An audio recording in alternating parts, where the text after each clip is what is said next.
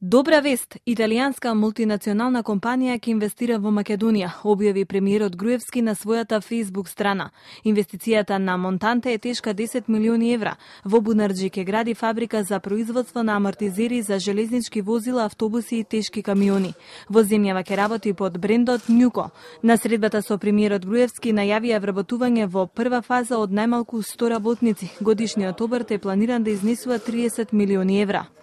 Се работи за компанија која во Македонија ќе произведува амортизери кои се користат во најпознатите возови и шински возил во светот, како и во индустријата за автобуси и тешки камиони. И јас како машински инженер сум среќен заради тоа што доаѓа компанија од машинската индустрија каде што ќе се произведува нешто што историски се сличен вид на производи се произведува во Македонија, но на жалост во последните години тоа го нема.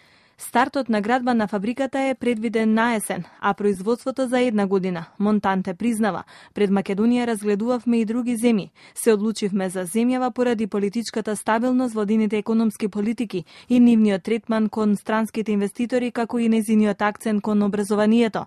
Нашата инвестиција ќе биде 3 до 4 пати поголема од првичната, вели Монтанте. Ci tengo a precisare che non è una delocalizzazione. Она што ми е битно да кажеме дека не се работи за делокализација на некоја веќе постоечка фабрика, туку е нов бизнис и дека тоа е нова фабрика што ние сакаме да ја изградиме во Македонија.